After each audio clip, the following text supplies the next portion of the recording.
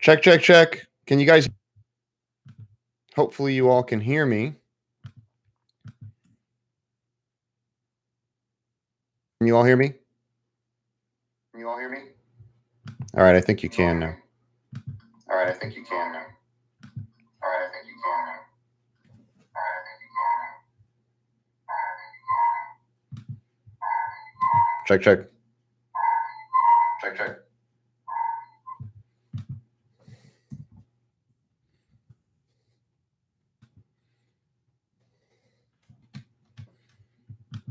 Can you all hear me? Can you all hear me? Hello? Hopefully, you can.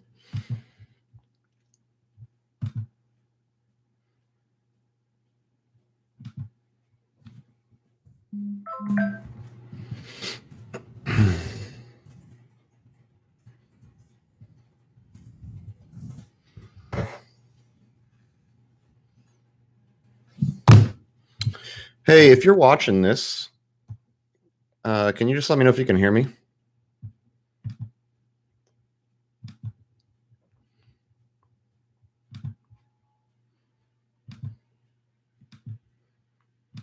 And you could do that in the chat box. It should be working.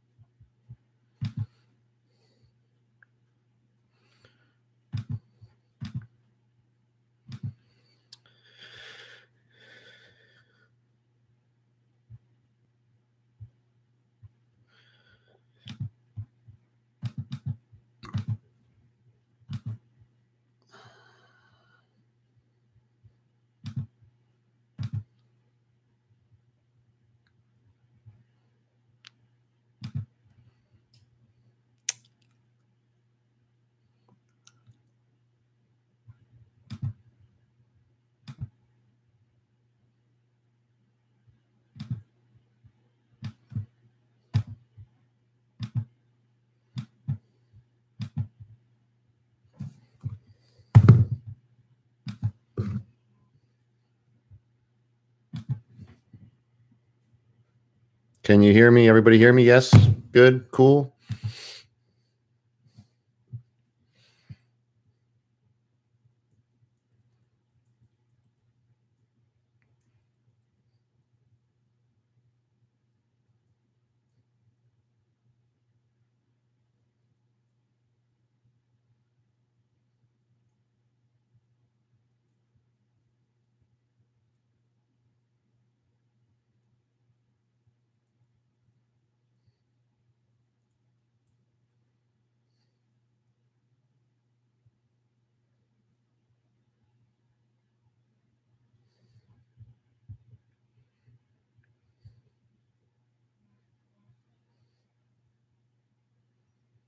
Everybody hear me?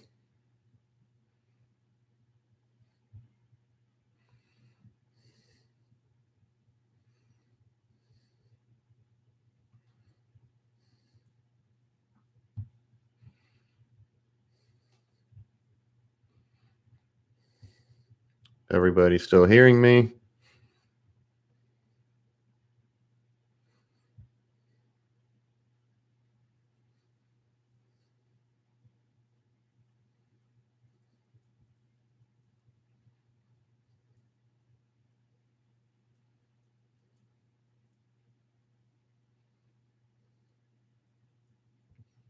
Everybody still hearing me?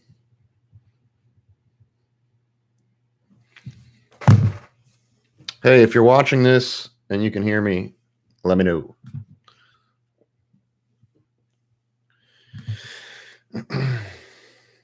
You should be able to chat. There's a box on the right side. I think it's open. It's working now. Everything seems to be working now.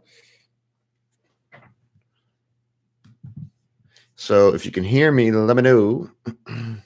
And okay, Sebastian, te escucho, okay. Gracias, Sebastian, te lo agradezco.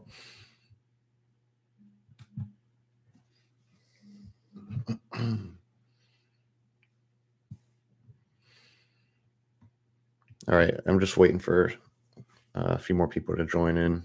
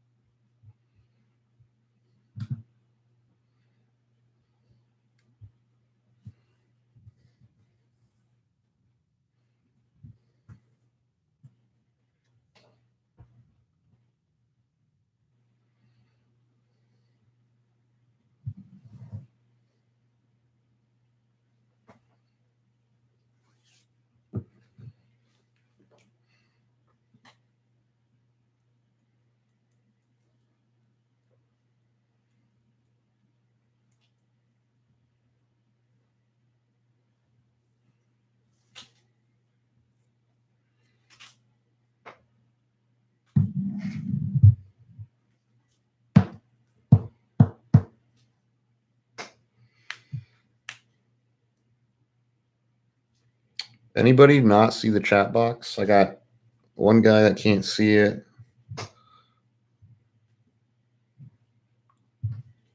Sebastian, obviously you're chatting because you just typed that to me.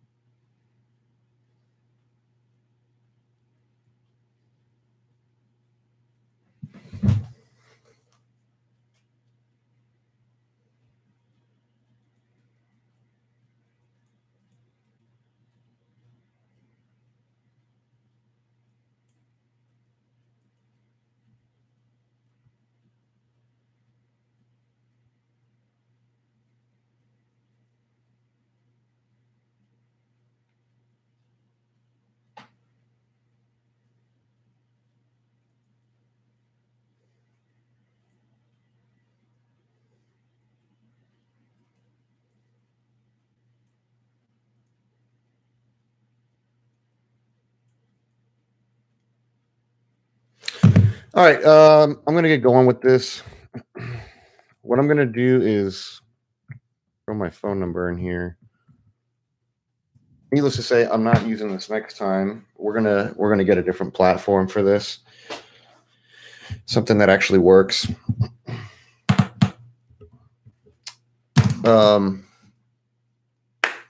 Anyway, we've never run into this many issues before, but I put my phone number there. So look, if you have any questions and the chat box isn't working, just text me. And we'll get it all answered. So the next go around at this, like I said, I think we're going to use like probably WebEx or GoToMeeting, something like that.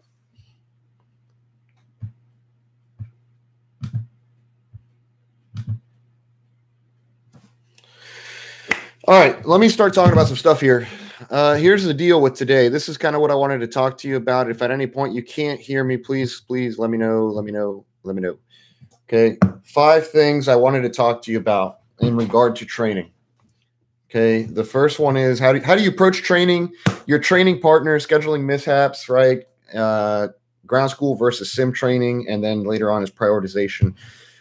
So here's basically the first thing I wanted to talk to you about, which was how to approach training. Let me see. Let me make sure everybody's watching this. Yeah. Okay. All right. How to approach training. Look, it's a mindset. It's a mentality. I want to tell you a couple things. The very first thing I need to tell you that you need to understand is not to rely on an airline training program. Do not rely on the training program. This is true at an airline, and this is true at a training center. The training program you're going to get yourself into, I can tell you right now, doesn't matter if you're at a major carrier or if you're at a regional or if you're at a supplemental or wherever you're at, doesn't matter. Look, the point is that whatever material they give you, I promise you it will not be enough. Okay, it will not be enough. Now, the reason it's not going to be enough is because training at an airline is a cost.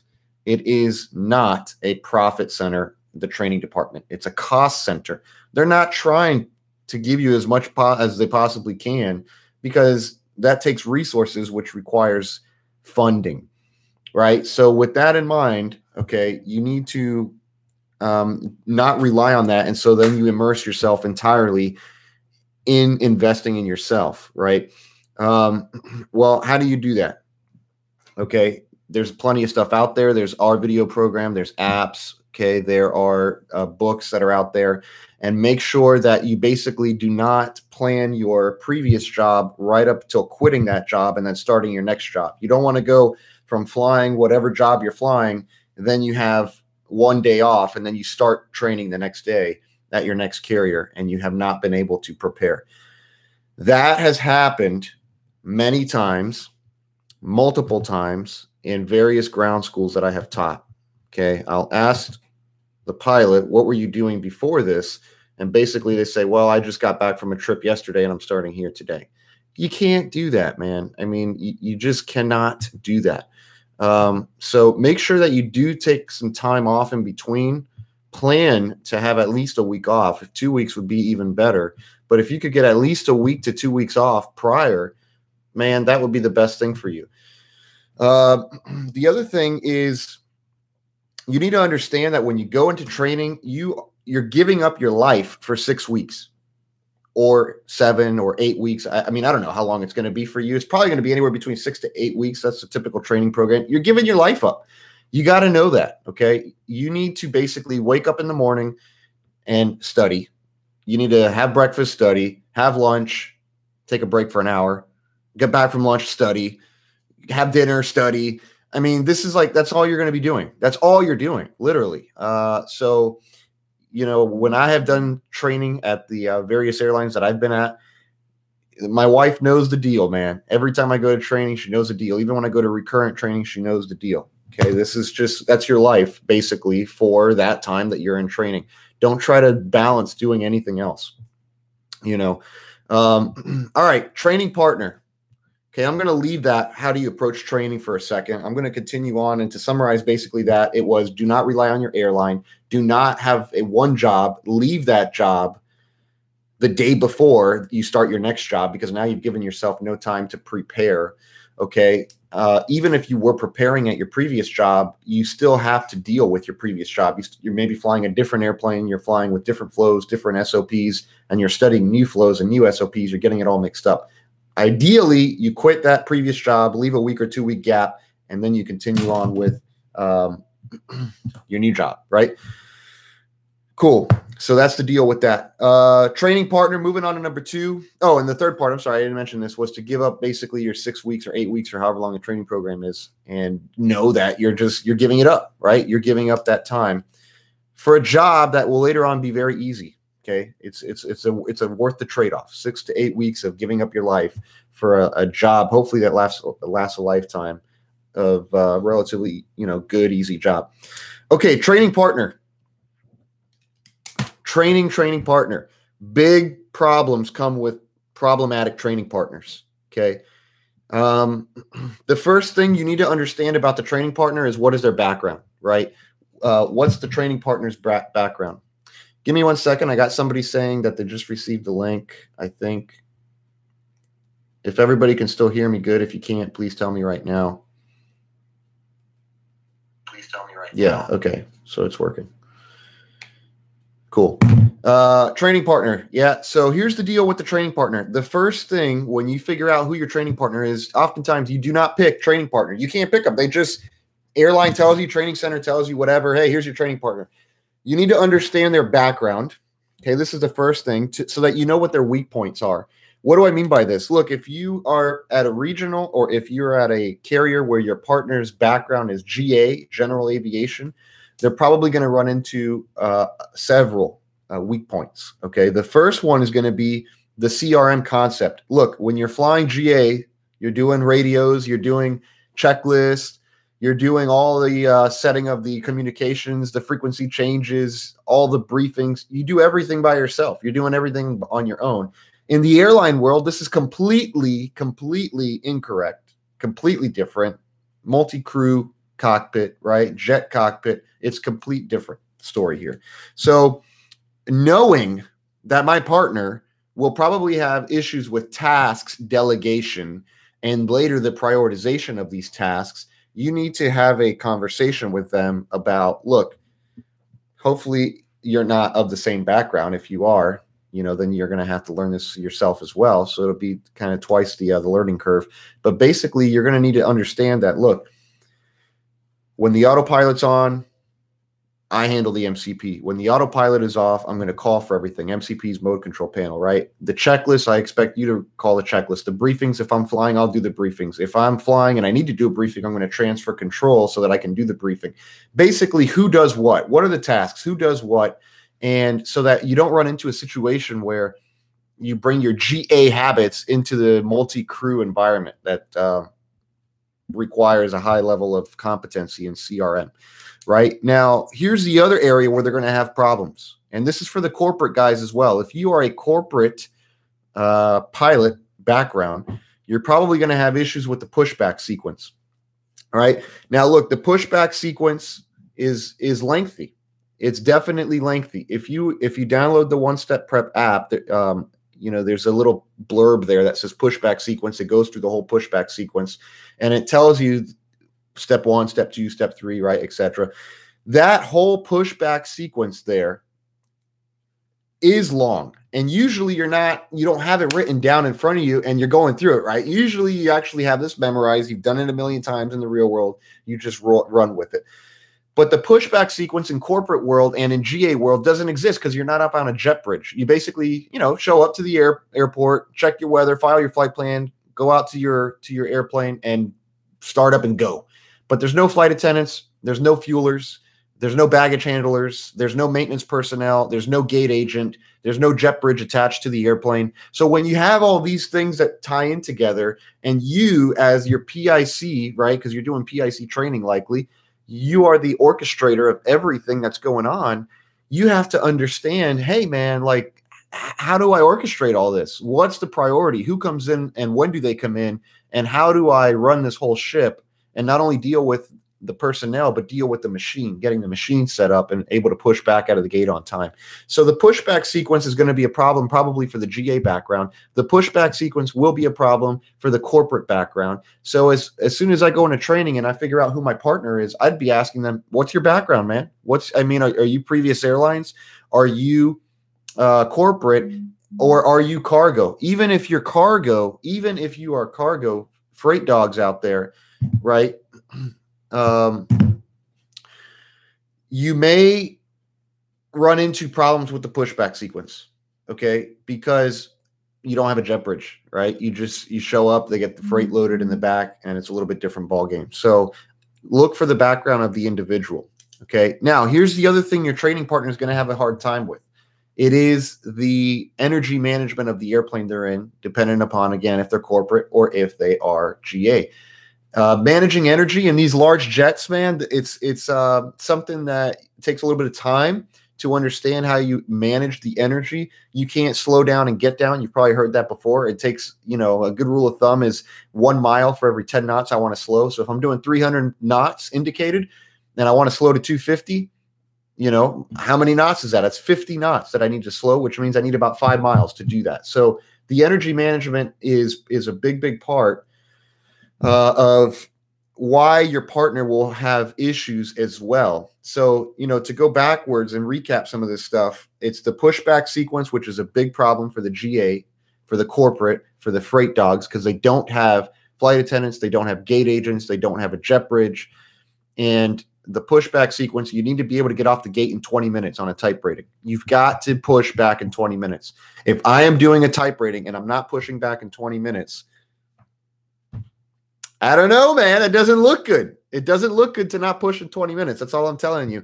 The other thing is the task delegation, prioritization. For those of you coming from GA background, you have got to be able to prioritize and delegate. You're not doing everything. You're not doing checklists all on your own. Okay. You're not going to be doing radio calls all on your own.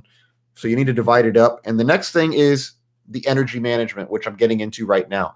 What I have found sometimes is I'm seated with a partner who doesn't know how to manage the energy of the airplane, and therefore I kind of start flying the airplane for them, and it just brings my workload up, right? So for those that are with a smaller aircraft background, let me give you a couple tips, okay? The first one is if I need to slow down 10 knots, I need 1 mile to do it. So if I'm doing 300 knots, I want to slow to 250. That's 50 knots. Right. And I need basically 1 mile for every 10. So I need 5 miles to do that. Okay. I can't slow down and get down at the same time. Which one would I prefer to do first? I would rather get down first and then slow down. Most jets, not all, okay, most jets, 320, 737, you're better off keeping your speed, getting down, and then slowing down. So, for example, you're on downwind, right? And you're high. And I know I'm high because I'm passing a beam, the final approach fix, or a beam, the initial approach fix, which might be 2,000 feet. And the controllers have left me at 4,000 feet, right? And I'm like, man, I need to get a lower altitude. I'm requesting for it. They're not allowing me to get it. If I'm on downwind headed away from the airport, I'm going to keep my speed at 250. The second I get a descent, I'm going to set the lower altitude, level change, or open descent, use a speed brake, and get down. But I'm going to keep 250 knots. And this is the key that I need to emphasize. I'm going to keep 250 knots. Sebastian, I'm looking at your question. How much is the rate of deceleration? He missed a number. It's you need basically 1 mile for every 10 knots. All right, let me type it in here.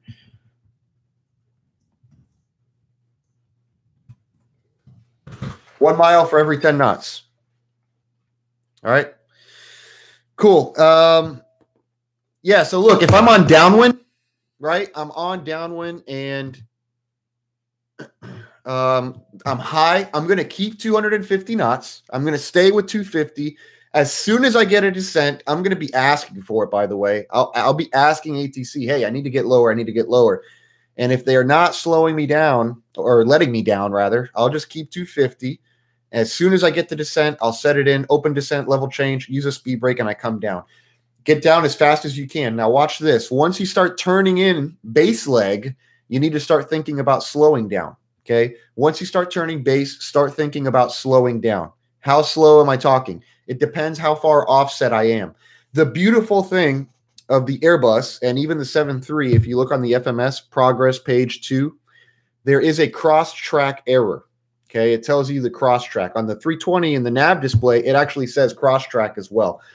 So the rule of thumb that I use there is that whatever my ground speed is, 10% of my rate of ground speed is when I need to be receiving my final vector to intercept. What the hell am I talking about, right? Let me say that again, okay?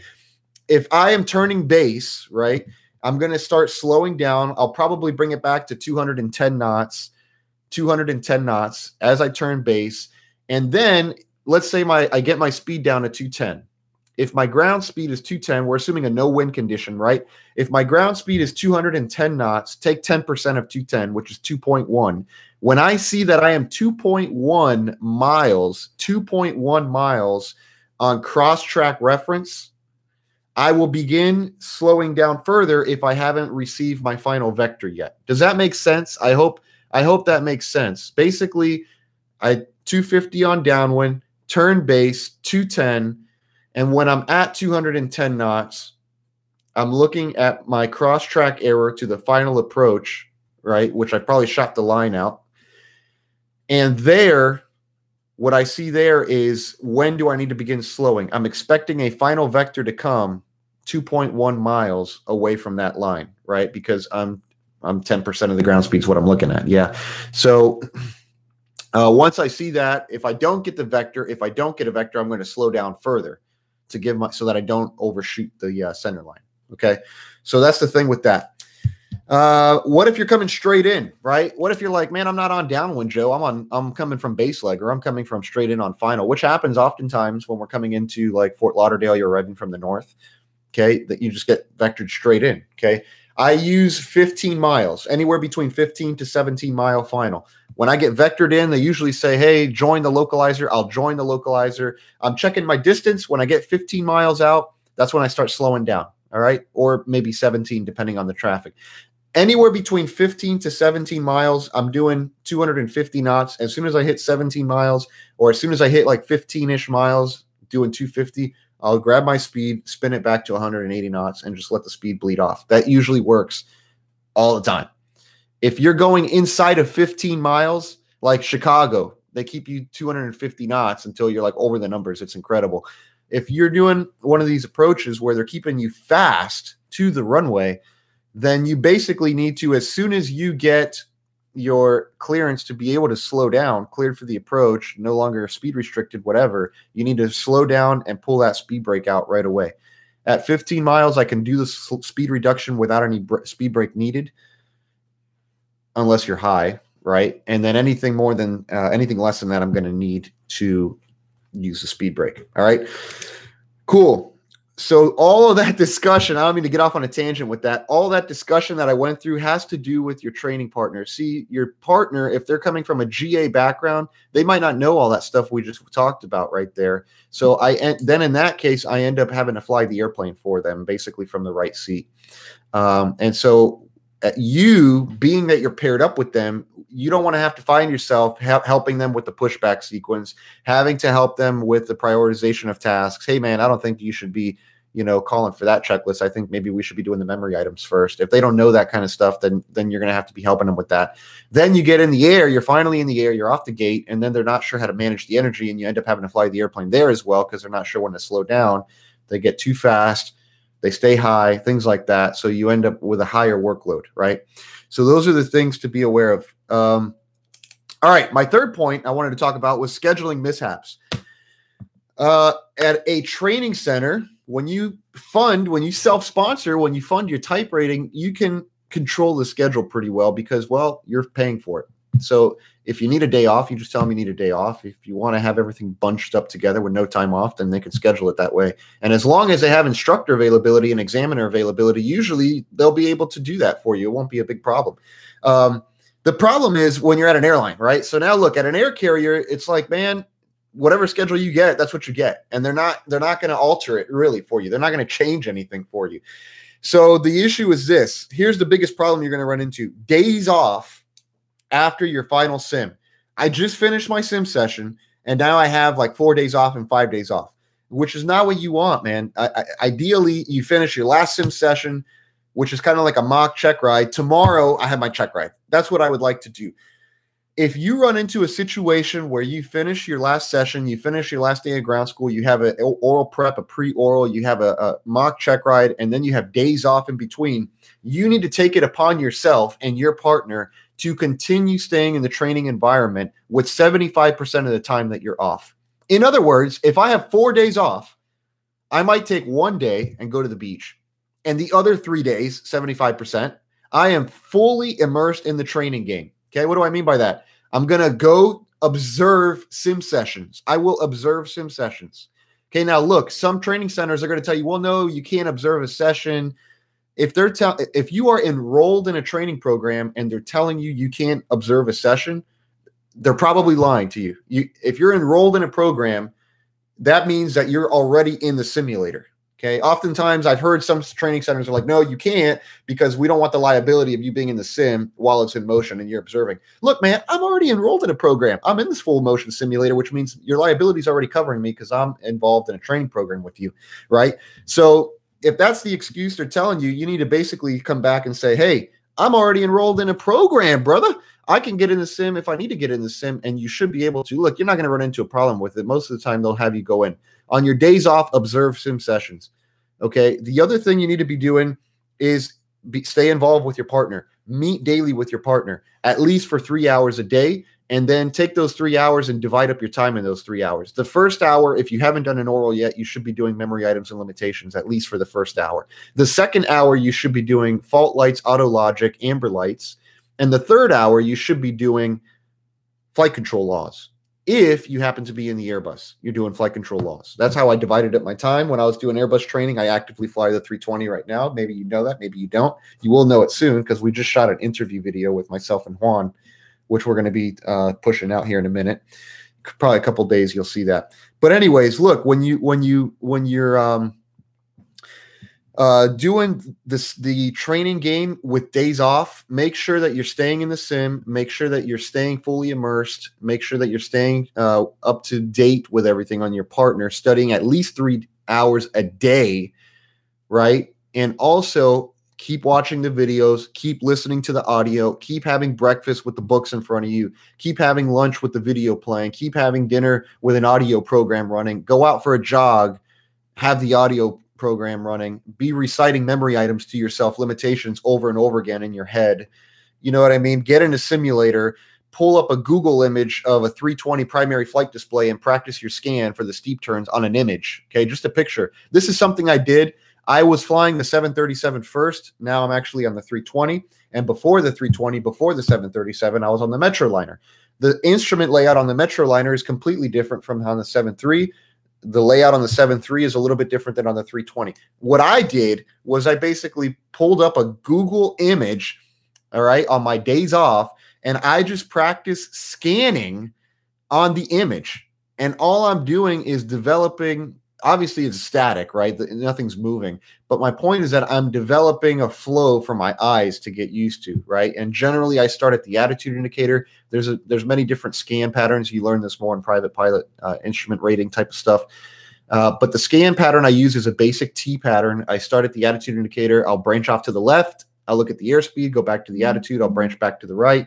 And I will be looking at the altitude. Then I'll go down basically to my heading. And then I'll look at the vertical speed. Whatever scan pattern works for you. Look, I'm not trying to give you a new scan pattern, but what I'm telling you is you can use something as simple as an image to develop a scan pattern. If you're coming from a jet that is not what you're about to fly, you need to work on your scan pattern.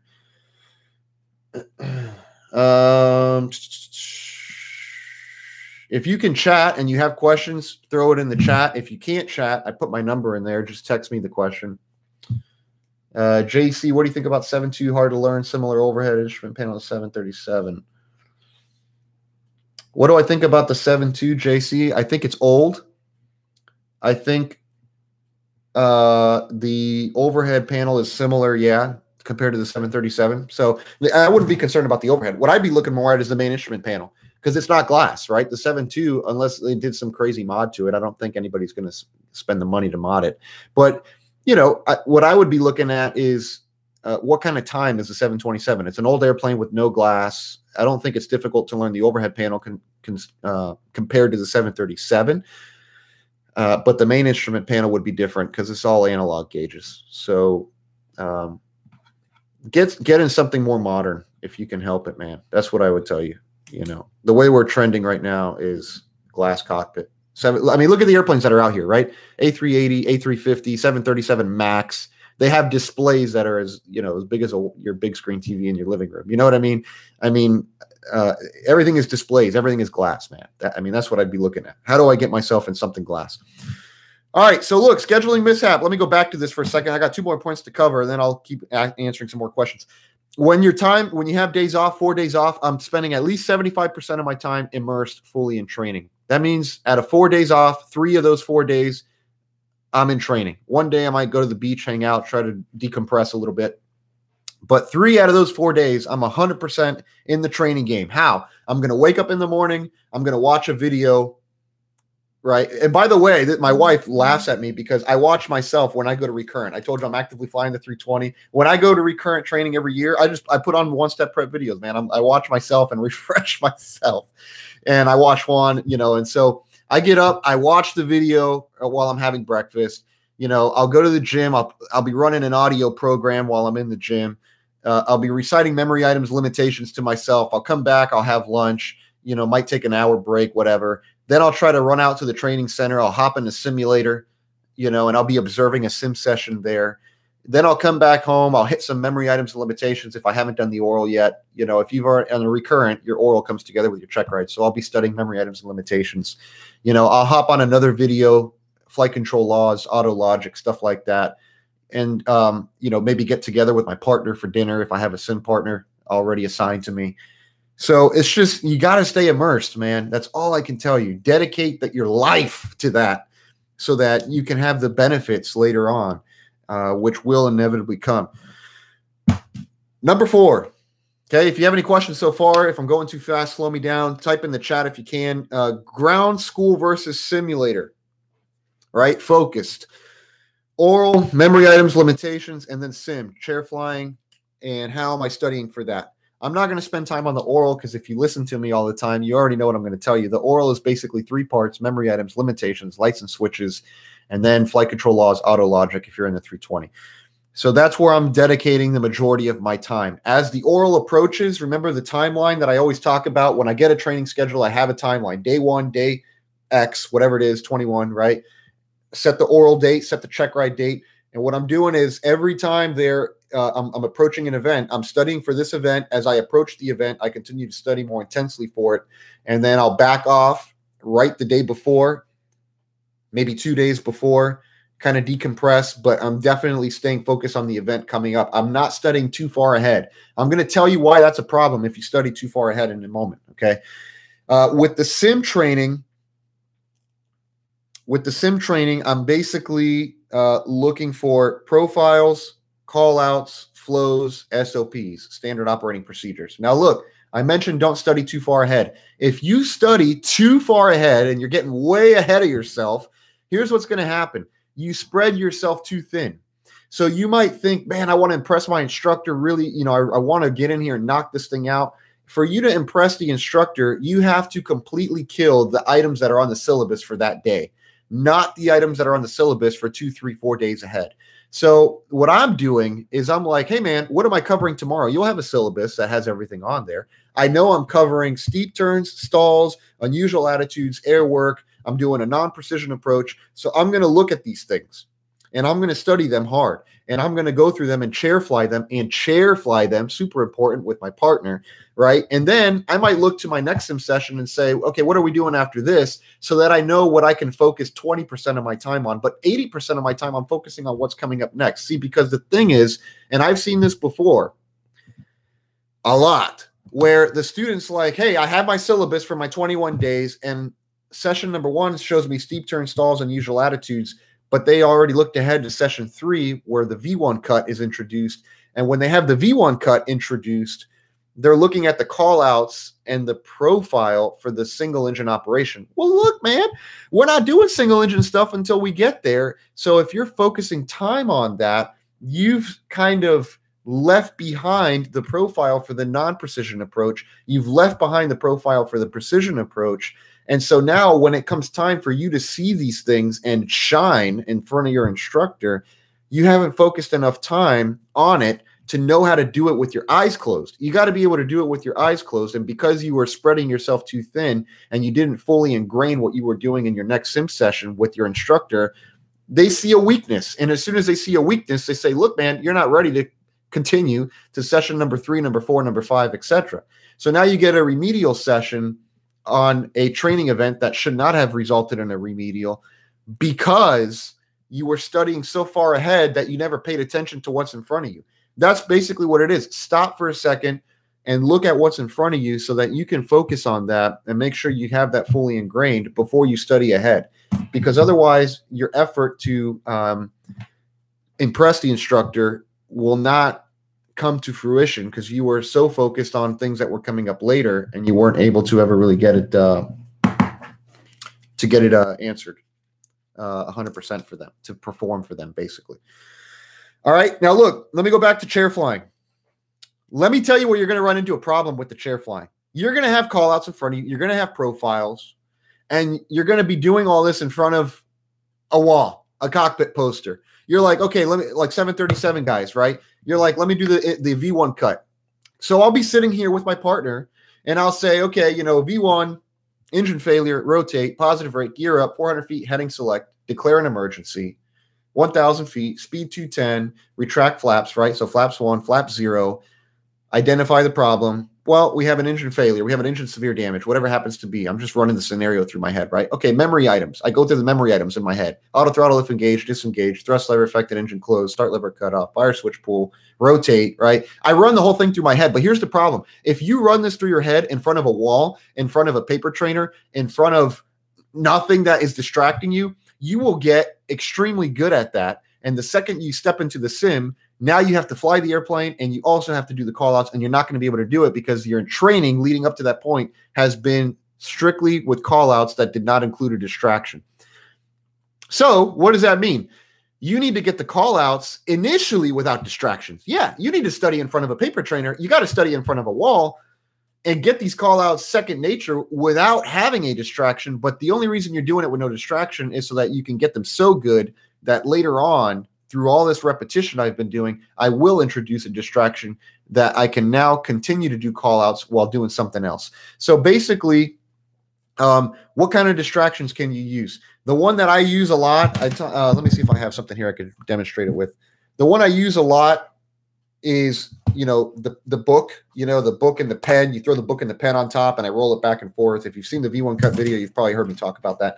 Basically, what I'm doing is taking a pen, taking a marker, taking whatever, I'm rolling it back and forth, and I am allowing myself to focus on keeping this pen balanced, this marker balanced while I do call outs. Okay. You could also bounce a ball. You could, I don't know if you could juggle, but if you can juggle and do call outs, if you can bounce a ball, if you can roll a pen back and forth, whatever you can do, man, to distract yourself, do it.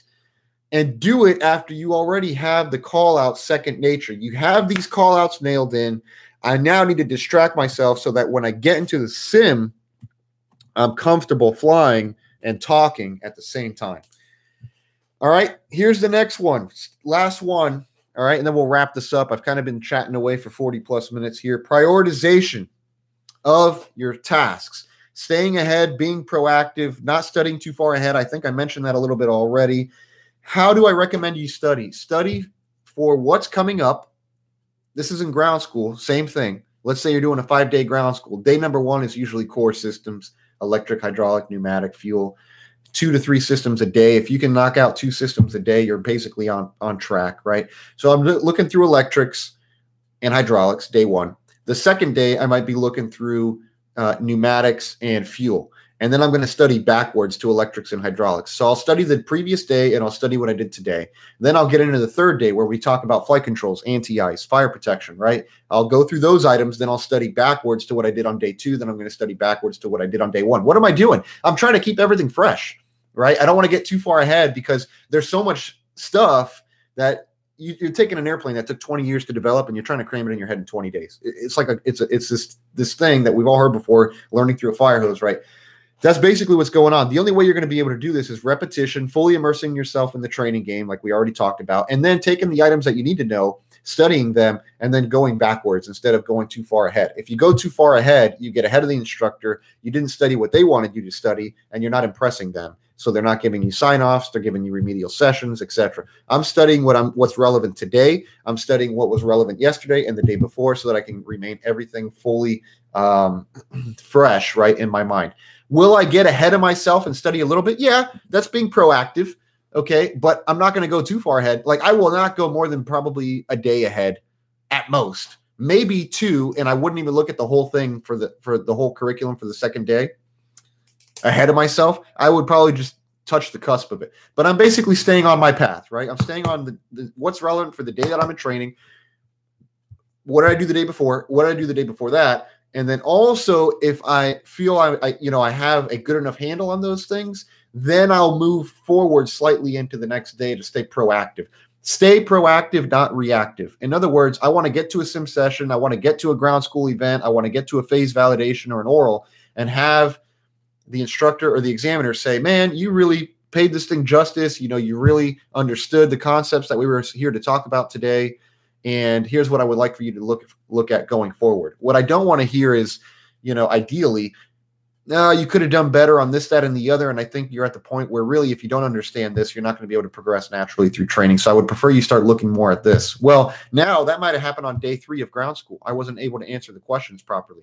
Or I was in sim. I wasn't able to get my call outs, my flows, my profiles are not coming together properly. So now I move on to session number 4. And instead of focusing on that, I'm still hung up on what happened on session number 3. And so the whole thing just starts snowballing. You see what I mean? It's like, now I didn't get my call outs for session 3.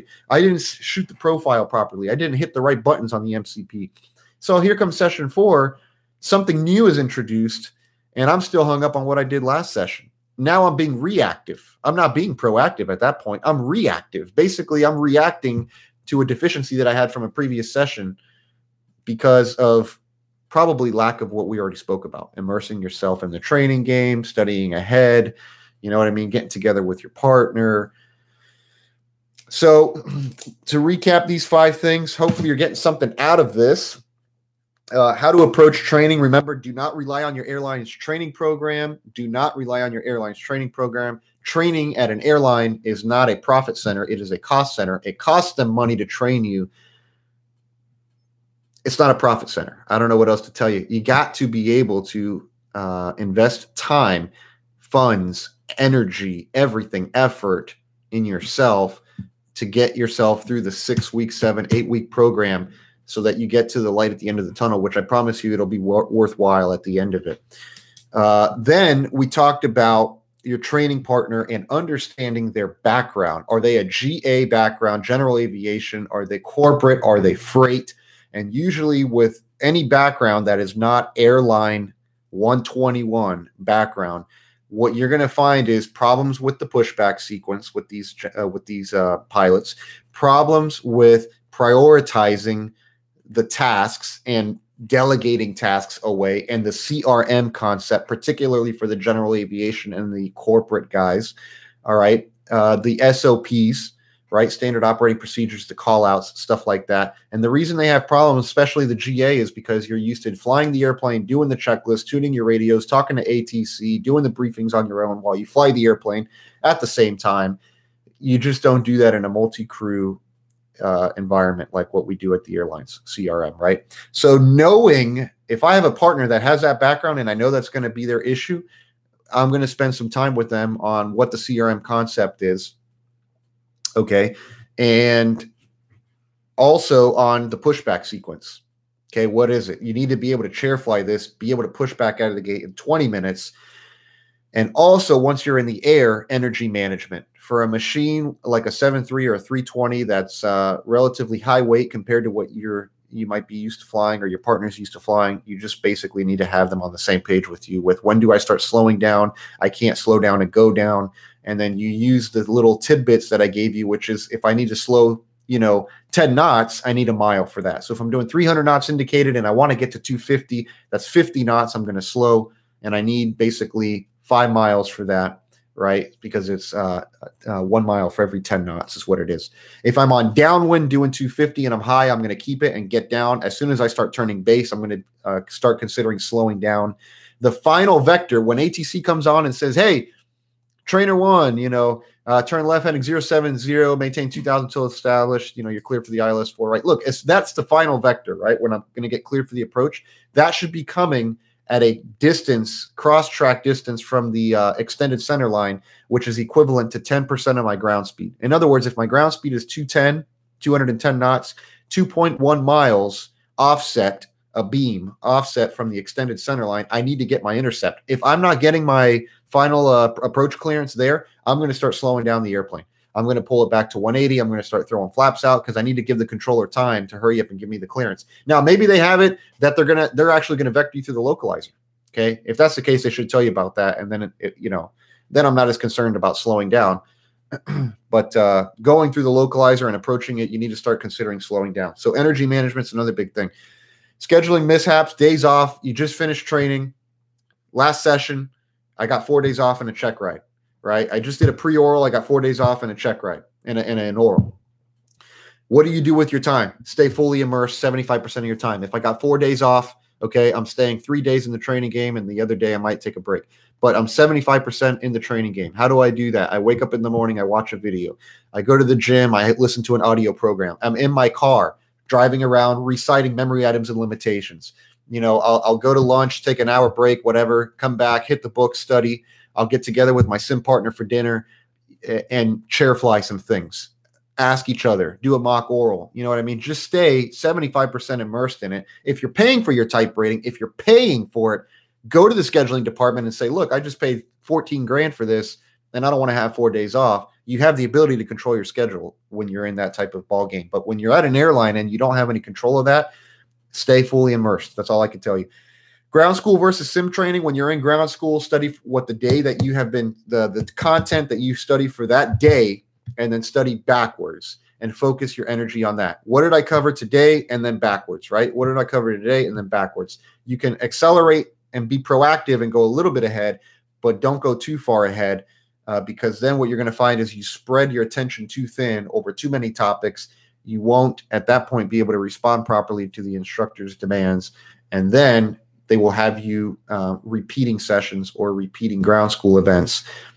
And now you end up being reactive to remedial sessions instead of proactive, staying ahead of the game. And then the other thing is prioritize. Okay. And that kind of sums up everything, honestly. Prioritize the tasks. You know what I mean? Like when I set aside time to study, let's say I set aside a day to study and I want to study with my partner for 3 hours. Well, look, when I get together with my partner for 3 hours, I've got other things I know that I have going on. We have life going on. I got other things to do. He or she may have other things to do. So if I've set aside 3 hours with them, how are we going to spend these 3 hours? You need to have this already ironed out before you ever show up with them.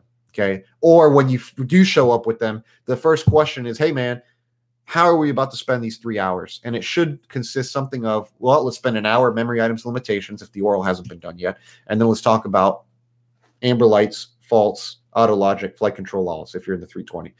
If you're studying for the sim prep, it'll be different. Look, let's take an hour to study through the callouts. Let's share fly the callouts. Then let's go through the profile for the V1 cut or whatever you have going on. But whatever time you have, you need to take that time and break it up into like a pie chart. How much percentage of the time I'm going to spend with this, how much with this, and how much with that. And you need to have that understood with your partner. And hopefully by this point, your partner, you've already understood their background, you understand their needs, and once you're able to do that, you can also understand where you need to allocate time to help them and their needs to elevate them to where you're at, and vice versa. So I know I'm rambling on. This has kind of been going on longer than I thought it would. I thought this might be like a half-hour thing, and that would be the end of it. But I had a lot of things to go through. I'm basically done. If you have any questions, just put it in the chat if you can. If not, put it in, send it to me on the phone number that I put there. Going forward, we will be doing these webinars every month. Every single month, I'm coming to you to talk to you. Why am I doing that? Because you should have an instructor available to you all the time. That's why I'm doing it. Juan will be joining with me on this one, maybe on the next one, depending. He's out doing some training today. But we're probably going to swap to a different platform. I think we're going to go to WebEx or GoToMeeting. I'm talking to both of them right now. I'm trying to figure out which one's going to serve the need better. We've been doing the YouTube Live thing before and the Facebook Live. Sometimes it works. Most of the time it works. I should say most of the time it works. Today, obviously, was one of the days it didn't really work too well. But I'm going to be looking at either WebEx or probably GoToMeeting. So for the next one, I would be I might have it already by then. We may or may not. We'll see how that goes. But hopefully we do. So what else? New course. We spent all day yesterday recording something new, which is, what is it? What is it?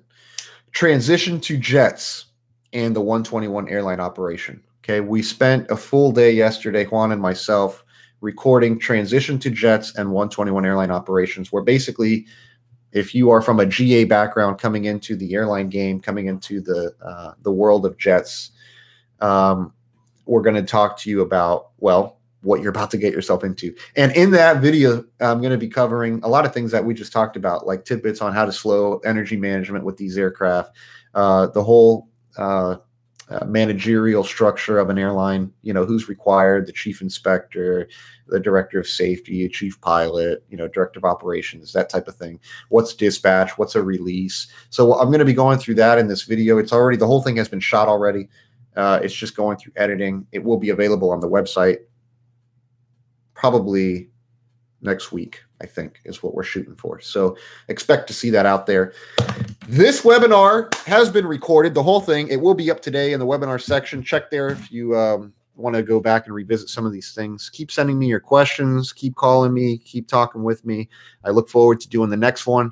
It will be probably next month in June, and it will be on a new platform, hopefully.